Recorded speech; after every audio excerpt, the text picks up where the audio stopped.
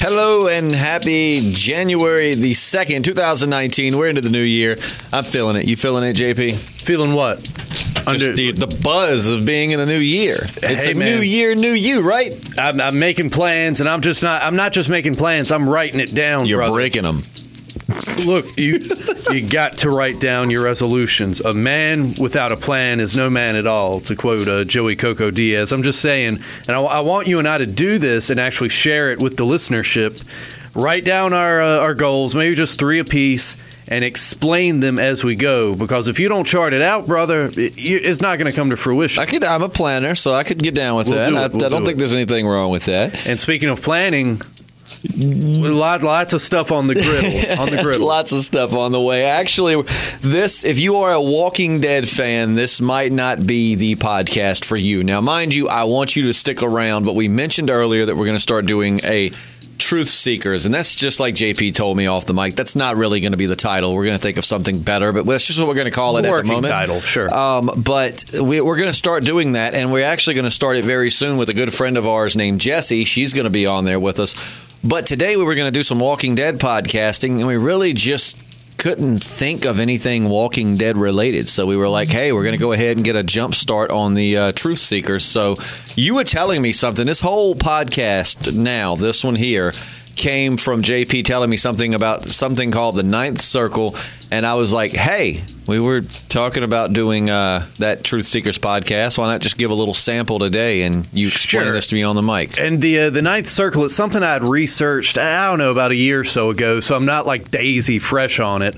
But as you said, our friend Jessie, who's going to be in on this with us, she was messaging me about what we're going to be talking about and stuff, and her boyfriend or whatever, her husband, I guess, is a big flat earth nut like me. And I told her, yeah, I want to go into like space fraud, social conditioning, leading into flat earth. I also want to get into the Ninth Circle. I mean, I don't want to join the Ninth Circle. Right. Because I'm not a monster. Right. Absolutely. But, she's like, what's the Ninth Circle? And just a little preface. Jessie, very sweet. She's got 2 kids. Right. And I'm just like, well, the Ninth Circle this might is not more be or less something we want to talk about with you. Yeah, it's more or less a global cabal of elites, of billionaires, that run the world and indulge in child sex trafficking. They're pedophiles. They're monstrous human beings, and it goes way up the chain. We were talking about Jimmy Savile before we cracked the mics.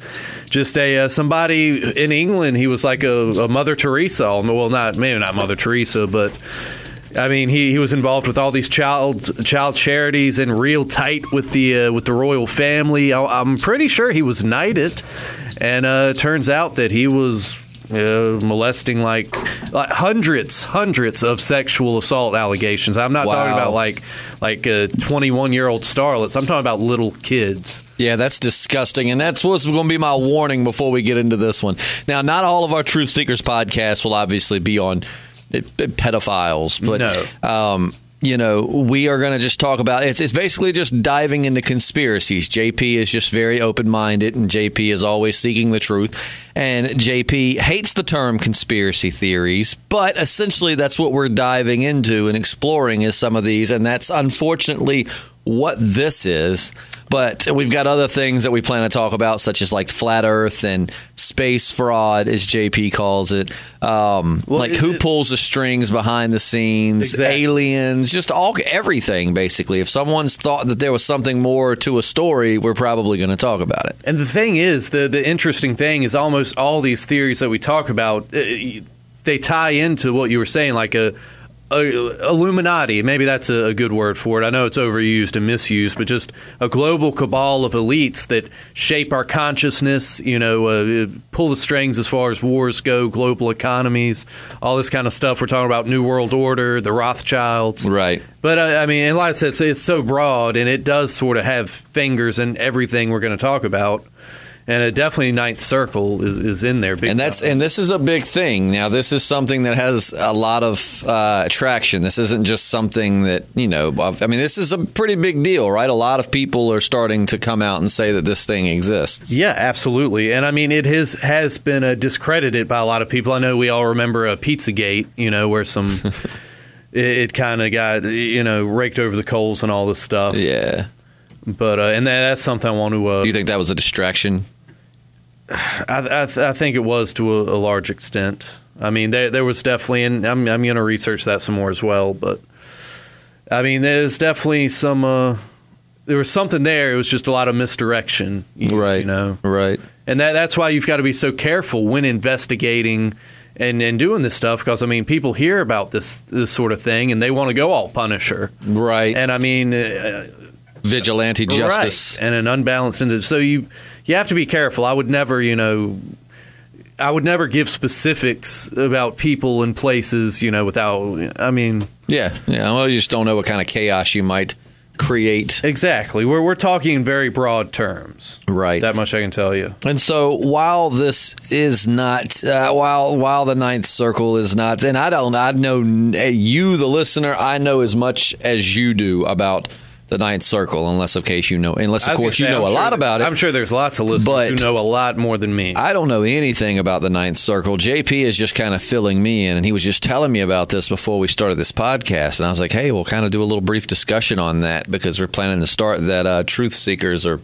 whatever we're going to call it, podcast here in the next few days. So this is just kind of a skimming the surface. I don't know if that's the right term. Yeah, because like I said, I don't have any notes in front of me. This was very just kind of like a free throw. Right. Yeah, we just hadn't talked to you guys since last Thursday, so we were like, hey, we're going to jump on there. And we were talking about, I was telling you, Jessie was messaging me being very excited, and I brought up Ninth Circle. She didn't know what it was all about. And difficult to talk to someone who has two kids, too. You know what I mean? Like, that's probably not an easy subject to discuss. I know. It's a little weird, because I've never really held any bars, if that's even a term. It's always been kind of no holds barred with Jessie. Like we did a podcast in the past, and one of our topics was, surviving the zombie apocalypse. And I was just like, so Jessie, what would it take for you in the zombie apocalypse to Apocalypse. The zombie apocalypse. Where you get just licked to death till the world ends. It's terrifying, dude. Yeah. These guys came around the corner, and I just watched him. They held him down, and they licked him till he died. Licked him, yeah. But no, I was like, so Jessie, if you absolutely had to, could you cannibalize your son Lalo?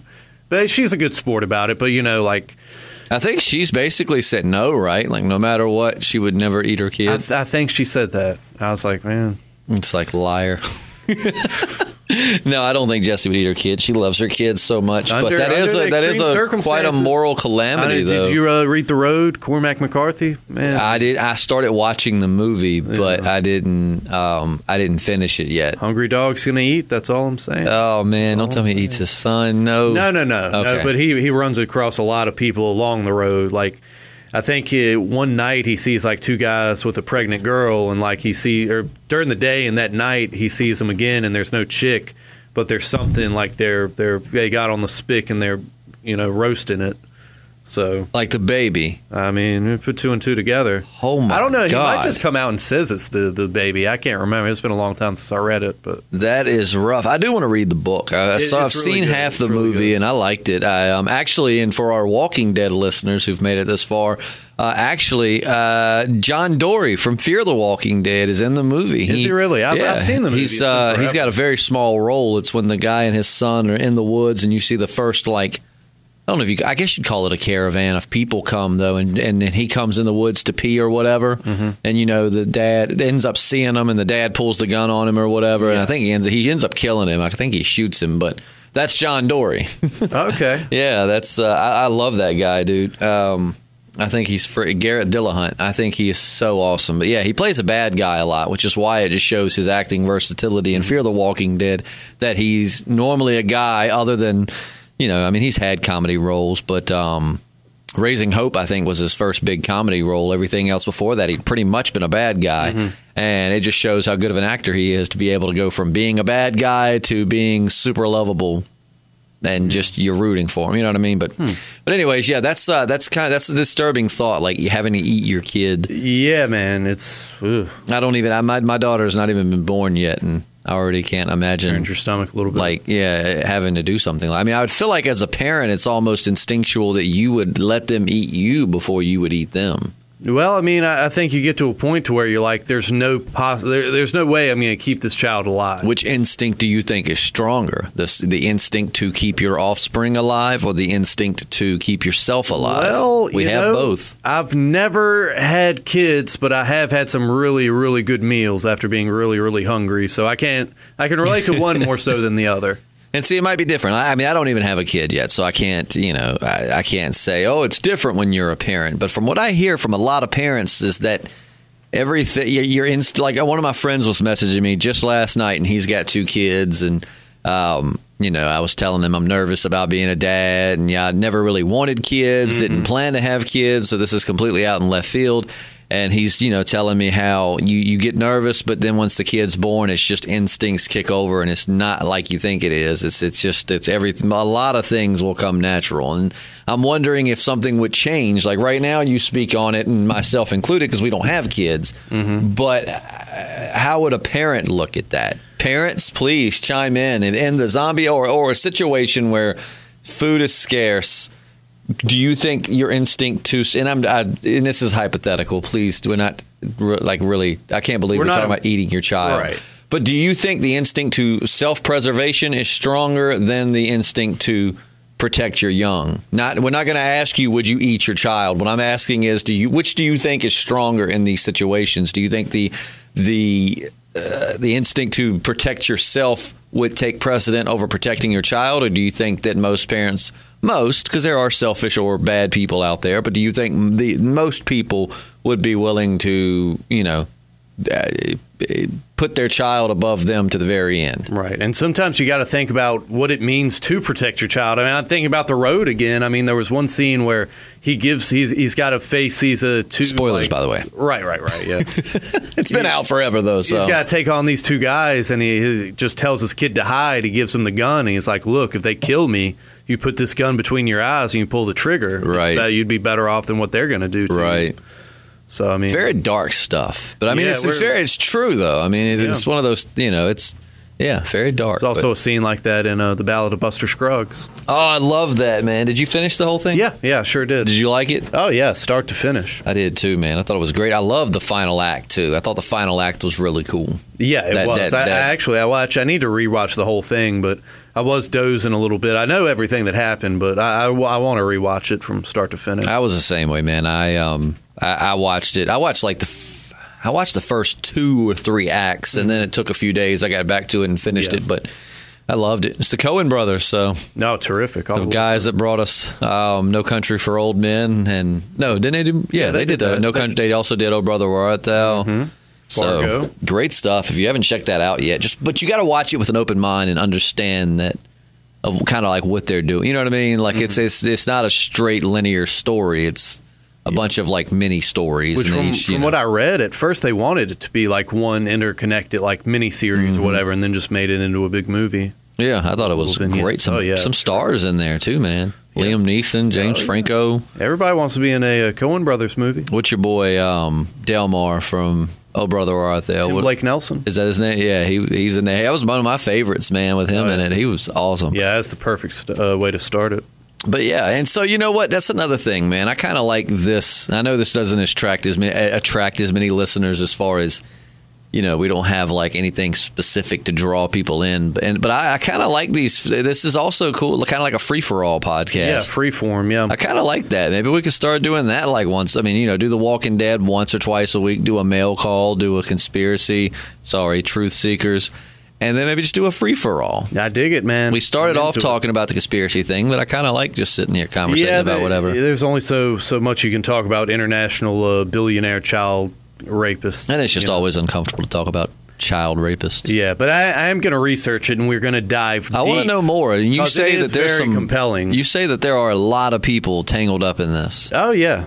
I mean, world leaders, billionaires. I mean, people here in the U.S. too, as well. I know you mentioned a guy out in Britain. Absolutely, does this encompass? Man. I mean, Washington D.C. is a hotbed for this kind of thing. Is it? There's certain pockets. I mean, obviously out in California. I mean.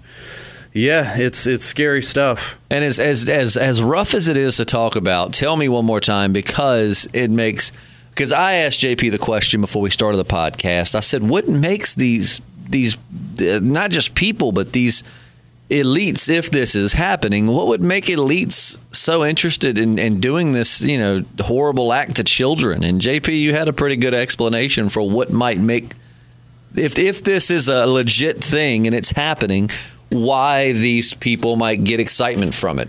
Well, other than the fact that they're twisted and sick as shit, but you know. I just think you get to a point as a human being when you're this rich and just laws don't apply to you. You've satisfied every sick impulse, every craving, every lustful indulgence, and you get to the point where you're just like, well, what, you just keep going further and further down that rabbit hole. And I mean, and that's not to say that every person ever would do that, but what you're saying is these people that have made it this far have probably made it by doing some less than credible things. So they're already not good people.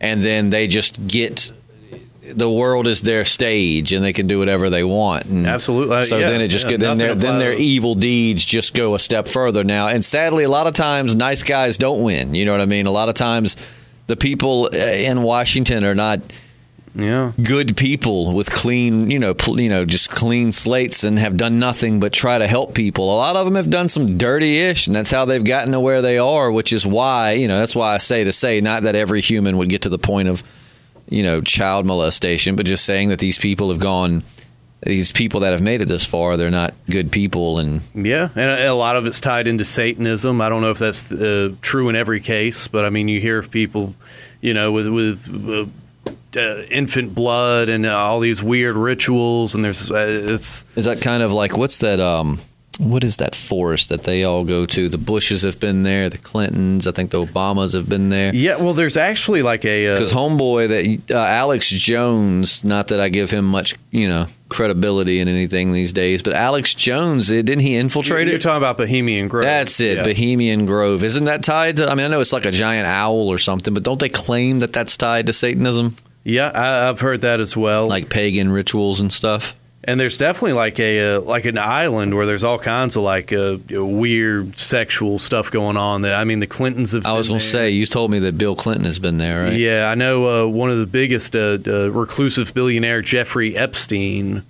He was like big muckety muck, and he had been out there. And Bill Clinton, Prince Andrew, Stephen Hawking. I just pulled up something I'd bookmarked, a New York Post article. Oh. I don't know how credible the New York Post is, but. And then, so what did they say? Stephen Hawking was out there? Yeah, I wonder what he would be up to. I mean, was this a long time ago? Or? I don't know. Like I said, when we actually lay this down, it's going to be very, very well researched. I mean, I have notes and cite and sources in front of me. We were just kind of pulling this one out of our hat. And I did kind of research this a lot more like a year or two ago, but. So I'm kind of going back through notes and looking back into old sources and all this stuff. Man, it's so weird. And like some of these, like I don't mind talking about, but it's just when you're talking about something so just disgusting, it's just hard to even conversate about it. Yeah, and it makes a lot of people uncomfortable because a lot of people are on, this side of the aisle or that side of the aisle, and they're like, well, you're talking about someone who's been a hero to me, I mean, whether it's a Clinton or a Bush or a this or a that. And you got to realize, I mean, what we see up there on the podium isn't necessarily what's going on behind the scenes. I mean, there's been a lot of talk of child sex trafficking coming out of Haiti and people, tying that into the Clinton Foundation, money getting funneling down. I don't want to go too heavy on that because I don't. Well, this is just you stating what people are saying. This isn't your belief, and this isn't a political. It's not like you're saying, you're just stating what you've heard people say. As far as politics go, and it's impossible for us to get into this stuff without going into politics. I mean, I've always said that a Democrat and Republican, it's just a good cop, bad cop act. Oh, yeah. The two-party system is half of what's wrong. Yeah, all the way around with vested interests. And, I mean, they use social stuff, abortion or, the Ten Commandments in the courthouse. They use that to divide us so they can, go around and do all this dirty shit that we're not, It's interesting. I mean, if that's what they're doing, it's a good tactic. It definitely, gets people zeroed in to that and not other sleight things. Of hand, sleight of hand all the way. Kind of like how a magician works, kind of gets you to look away from the hand that's actually doing the magic trick. And I'm not saying that those aren't important issues, not at all. I mean, they are. And I'm sure there are a lot of people very passionate trying to pass legislation on one end or the other. And I'm not going into what's right and wrong, but we're not giving our opinions. We're just saying this is what people are saying. It's a truth seekers. The whole point is you are going to present information and people can draw their own conclusions. Right. And I am going to give some of my own personal bias because I do, lean a certain way on this especially kind of stuff. when it's flat Earth. Right. And again, I hate doing it kind of freeballing it like this where I don't have like my notes and specific information in front of me. I know I'm just kind of rambling and saying, well, I think this, I've heard that, but do you want to hear it's going to be wound really, really tight when we actually do dive in. So, being that you're a flat earther, do you want to hear a joke? You want to hear a joke? You want to hear a joke? I'll hear a joke. As a flat earther, I'm sure that you're trying to get people to come around to your way of thinking, right? Very, very nice, very nice. No, look, I've never painted myself with that brush. I think it was is so terrible. It's compelling. I mean, look, whether the flat Earth thing is a CIA psyop, whether they're just trying to see what saying like the CIA came up with the flat Earth thing to see. Oh, if they could get people to believe. What's the wildest thing they can get someone to believe? That's the thing. I like to hear that. So you're saying that some people theorize that like the CIA, if someone just started this bogus claim of the Earth being flat to see how easily they could misinform the public? Absolutely, yeah. See, that's so interesting. Now, that is the stuff that I love all of it, to be honest. I love hearing you. That's why for 2-3 years now I've listened to you tell me about all kinds of conspiracies. But that's so cool. It's just a great thought experiment. Like I said, and that goes back into social conditioning, regardless of what side of things you're on. Right. The powers that be have one big narrative that they want us to get in line with. I mean, I think people don't realize, the modern state of science and history, it's a lot like the Catholic Church back in the day. They kind of form the narrative. And I know a lot of people are like, well, you can explain and you can experiment and prove science. But, so much of it's so closed off, Yeah. as far as new ideas with science, with history, Because, people build their careers on this one idea. So if someone comes along with a new theory or new evidence historically or scientifically, they'll fight to the death. Blow what they have out of the water. Are they going to say, well, so much for my last 30 years of research? Right. And it's like you understand their point, but it's like they're not willing to take the betterment of science and mankind over their pride. Absolutely. And a lot of things are coming to where they're having trouble. Like Graham Hancock, he's a hero of mine. He's like a real-life Indiana Jones. Mm-hmm. He's a big believer in the lost civilization, that human civilization predates, what we think it is, 10, 20, Sumerians, is that what they think the first example of civilization was? Yeah, and he thinks it goes back. He thinks basically they built, especially the Egyptians, built their civilizations on a grander civilization, that predated that, and a big global cataclysm kind of wiped them out. And Wait, was this the guy that you were telling me? And again, I know we're all over the place. It's just kind of a free. But this is the guy that you were telling me said that he thought that Egyptians didn't build Egypt; they just kind of moved in, right? Like it was there. Someone else built it, got wiped out, and then, or either Egypt, they either, you know what I mean? Yeah. So either you think they just found it, right, or just kind of moved in after whoever left? Basically, just like like a hermit crab? Like if America fell and, a few hundred years later we're hanging around in Washington, D.C. and we decide to repurpose the White House, which the White House wouldn't last nearly as long as the pyramids, but I'm just saying, You don't think so? I don't think it's built quite as well as the You're probably pyramids. right. But I don't know as much about house building. But and there is evidence now coming out to support that. Like there's a water erosion at the base of the Sphinx where like torrential rain came down that hadn't been there the period where they think it was built. It was like maybe not hundreds of thousands of years, but it was a long time before Egyptian civilization came about. That this water erosion is on the Sphinx. I know there's still a lot of people who aren't believing that, but it's getting to where it's hard to deny at this point. Right. Well, and so what you're saying is that there's a lot of water corrosion, and they're saying during the period of the Egyptians there was never a point where they should have gotten that much water. Exactly. So obviously it had to. And that's the thing. People hate to have what they know challenged. And I think that's kind of the point of what we're podcasting about. Not to change your mind or convince you of anything, But just to understand that, I guess to discuss the possibilities, an open mind. You know, I like JP. I entertain his flat Earth ideas. I don't believe in most of them, but you still have to think about it, right? And then draw your own conclusion once somebody gives you the facts. Very interesting. So, I mean, it's okay to challenge what you know. You know, some people are dead set and this is what I know, and then it makes it's understandable. I mean, we don't like change, for instance. You know, that's why it took me like a week to get over the fact that I was having a kid. Mm-hmm. It's such a big change coming in that I'm not, wasn't ready for. But so we as humans, we like routine. We like to know everything about everything around us, and we want to think a certain way. But when somebody comes along and it's like, well, the way you've been doing that or the way you've thought about that has been wrong, it just freaks us out. You know, it just freaks the programming in our brain out. So it's just cool to have an open mind and hear people out and then draw your own conclusions. You know what I mean? You might hear something JP says and be like the Egypt thing.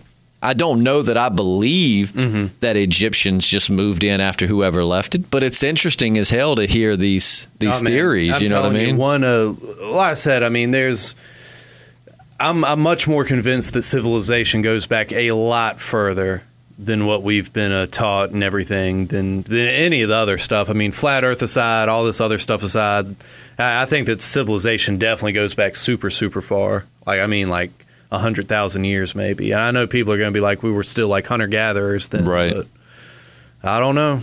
Well, so two things I'll get into with you before we wrap this up. Number one, do you think aliens have had anything to do with human evolution or development? For the longest time, I was a big proponent of the ancient astronaut theory. I read some of Zecharia Sitchin's work. I know a lot of that's been discredited over the years, misinterpreted. He basically interpreted some of the Sumerian tablets, like the oldest written records, and pull space travel, the ninth planet, all this stuff out of it. And a lot of people are discrediting that now, saying he misinterpreted, yada yada yada. I haven't looked into a lot of that, but now I'm thinking more like UFOs and extraterrestrials. Maybe it's more interdimensional than just space travel. But not that I discredit extraterrestrial, but I don't know, man. That's such a rabbit hole to dive into. It's awesome too. That's I definitely believe there's extraterrestrials. I'll just say that out front. It's just too big. I believe people that don't believe that there's any other life out there just don't understand how big the universe really is. Well, I mean, it's massive. But I mean, if we can trust the information coming from establishments like NASA. If you can believe that, I'm one that I don't. Oh wait, you don't think the universe is as big as I think it is? No, I'm just saying if you put stock in the information we're getting, they're finding Goldilocks planets all the time. Planets close enough to a star, with oxygen based, like that habitable zone. Right. So I mean, if the information we're getting is correct, which goes back into social engineering, then it seems like there would be. I mean, because a lot of people say, and I think even Werner von Braun or somebody basically said that, the way they're going to instill a global, one world government, global tyranny, is make us believe that there's an alien invasion. So a lot of people think they're just slowly but surely working towards that, making us believe it's possible that there's alien life. And next thing you know, it's going to be Independence Day. And this is some Watchmen type stuff, right? To unite us, unite us against a common enemy type deal, and then impose a one world government. Yeah,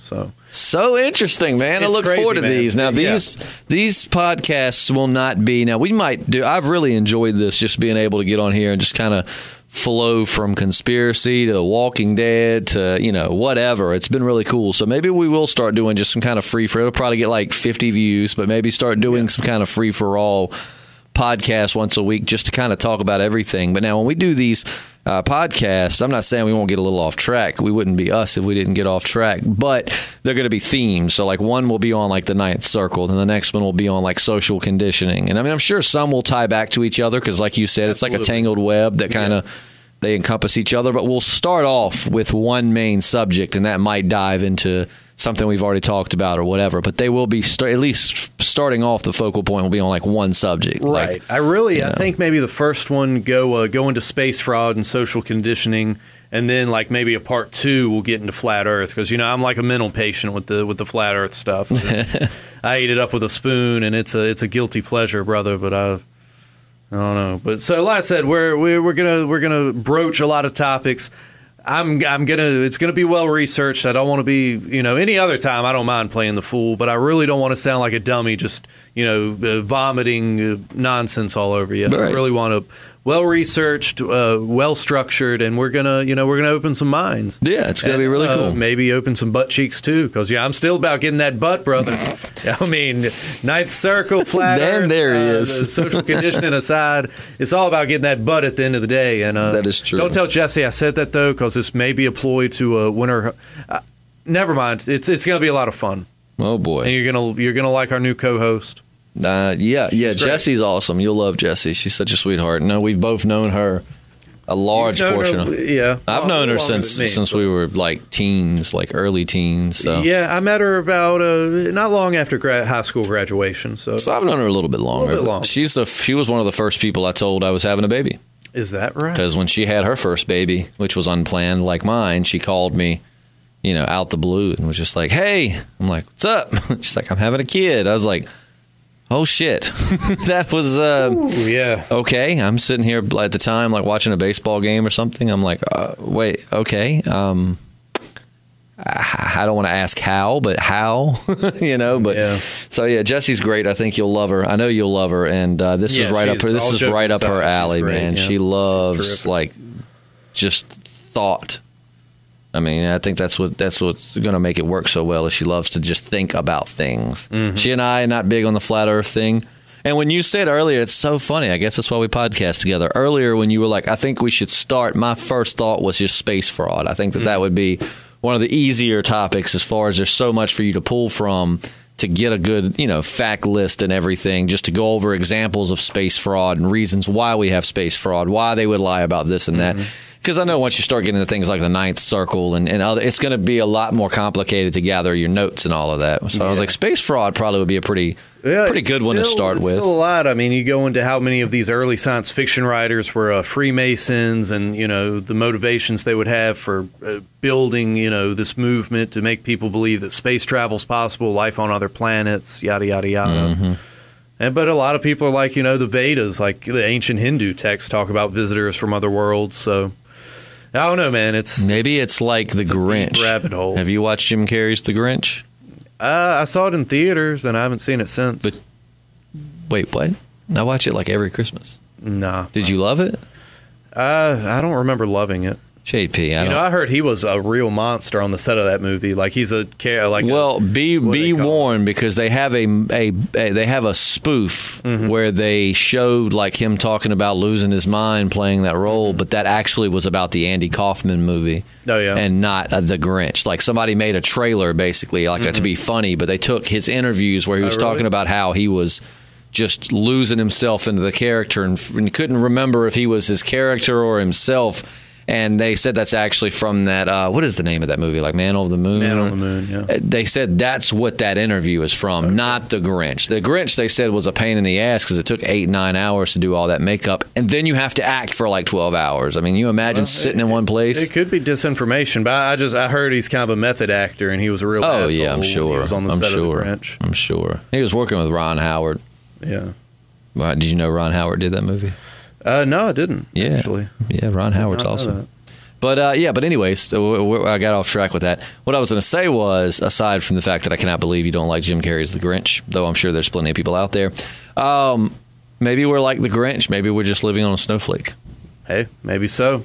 I was having to explain that to people because, they were talking about, number one, I was like, it's a Dr. Seuss movie, so it's not. But somebody was like, how could they live on a snowflake? But I'm like, well, time moves different compared to your size, right? Like they haven't, like they say to a fly when we swing at them, they do see us like the movie show, like a giant kind of in slow motion, which is why they can dodge us. Time is relative to size. And I'm like, well, if they're that little, it probably does feel like 1,000 years for that snowflake to fall and hit the ground. But just cool, thinking point. But well, yeah, we're going to be doing a lot of thinking, a lot of talking. I welcome the onslaught that I'm sure will be in the comments section. But, hey. I mean, somebody's got to do it, right? And I'm a big boy. I'll take it. I'm a big boy. Well, that's going to wrap it up for this podcast. Like I said, we really just wanted to reach out and talk to you for a little bit because we hadn't seen you since last Thursday. It's almost a week, and now that New Year's and Christmas are out the way, we can get back to regular podcasting. The Walking Dead will be back on soon enough. We'll be having those every Monday. We'll try to get you one of these, one of those Truth Seekers podcasts. And like I said, maybe a free-for-all podcast. Don't forget, we've got our mail call podcast tomorrow, which is where you leave us a question. And in this video, if you want to leave one, just hashtag it mail call. We'll try to get it into that video. But we just answer your questions is all we do. That's right. And then we'll be talking about the Walking Dead comic as well. That comes out, and I'm pretty stoked to read that. So. As am I.